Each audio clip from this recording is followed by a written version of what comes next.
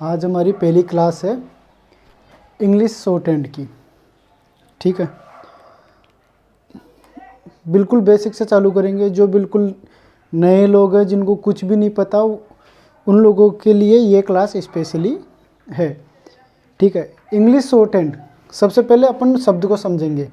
Short hand है क्या, उसके बारे में पढ़ेंगे, फिर शॉर्ट हैंड को पढ़ेंगे। शॉर्ट हैंड,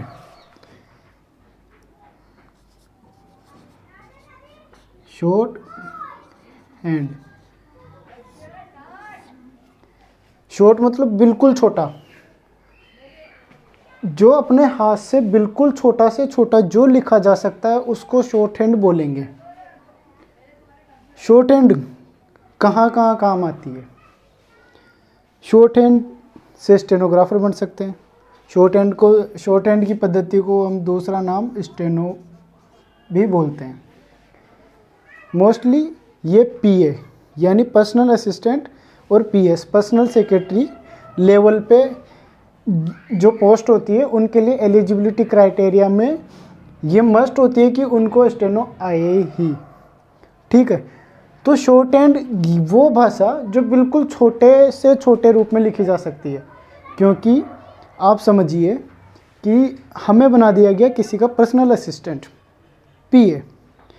अगर हमारा बॉस हमें कुछ डायरेक्शन दे रहा है, ठीक है, वो हमें डायरेक्शन दे रहा है, वो बोल रहा है कि चलो एक काम कीजिए, आपको एक लेटर टाइप करना है कि भाई कोई पर्सन है ए, उसको तुम ये करना कि भाई ये टॉपिक डाल देना और ये उसको लेटर में ये कंटेंट डाल के और आपको उसको भेजना है। अब क्योंकि भाई वो तो बॉस है, उसके पास टाइम का कि भाई वो आपके पीछे बैठेगा और आपको समझाएगा कि भाई ये इस स्पीड से टाइप कर, नहीं, वो खुद के हिसाब से बता के चल जाएगा। अब नॉर्मली जो अपन को भाषा आती है, जो नॉर्मली जो अपन को लैंग्वेजेस आती है, हिंदी और इंग्लिश, अपन हिंदी और इंग्लिश को उस स्पीड से नहीं लिख सकते जिस स्पीड से कोई बोलेगा। जैसे मैं अभी कुछ बोल रहा हूँ, उसको आप नॉर्मली हिंदी और इंग्लिश में नहीं लिख सकते। अगर मैं बोल रहा हूँ, मान लीजिए मैं बोल रहा हूँ 80 वर्ड्स पर मिनट की स्पीड से बोल रहा हूँ, या 90 या 100 वर्ड्स पर मिनट की स्पीड से बोल रहा हूँ, तो हिंदी और इंग्लिश में लगभग ये पॉसिबल नहीं है कि हम उस भाषा को उसी स्पीड से लिख दें जिस स्पीड से कोई सामने से कोई बोल रहा है या फिर डिक्टेशन दे रहा है। इसलिए फिर ये भाषा बनाई गई शॉर्ट हैंड। शॉर्ट हैंड में जो वर्ड होंगे उनको नॉर्मली जो अपन हिंदी और इंग्लिश में लिख सकते हैं उससे भी छोटा लिख देंगे। ठीक है, अब उसको छोटा लिख देंगे, फिर उसको अपन पढ़ेंगे, फिर उसको टाइप करेंगे। अब किसी ने बॉस बोल गया कि भाई आपको ये लेटर टाइप करना, उसने बोला जल्दी जल्दी, और अपन ने जल्दी अपन को अगर शॉर्ट हैंड आती है तो अपन ने जल्दी से शॉर्ट हैंड में लिखा और उसको जाके पढ़ा और उसको टाइप करके अपन ने कंप्यूटर में टाइप करके उसको मेल कर दिया। ठीक है, अब शॉर्ट हैंड ठीक है लैंग्वेज हो गई, अब अपन को आनी भी तो चाहिए। उसी लिए आज हमारी ये बेसिक क्लास है स्टेनो की।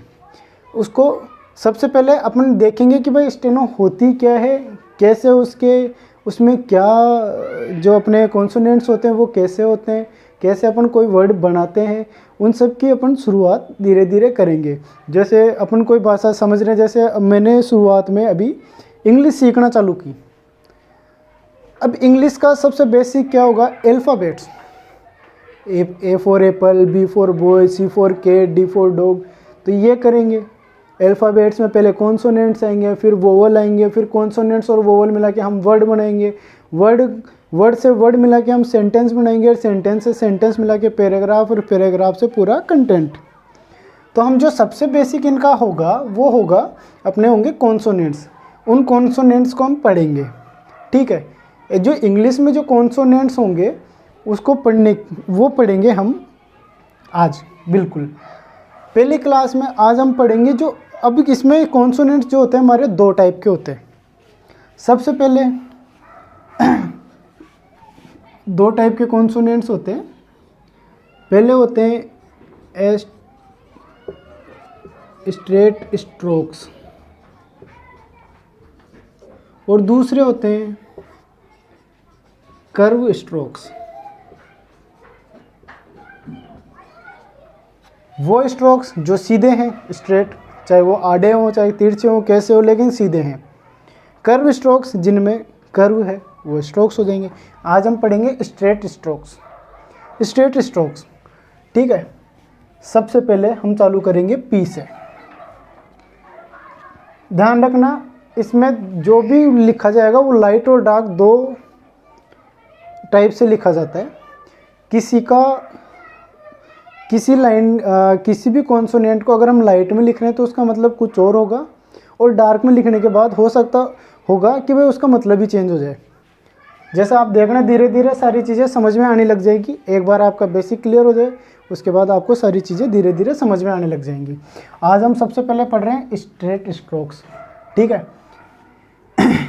हमने पेंसिल लेनी है, ये मेरे पास मार्कर है क्योंकि आप लोगों को समझाने के लिए मेरे को बोर्ड यूज़ करना पड़ रहा है, मार्कर यूज़ करनी पड़ रही है।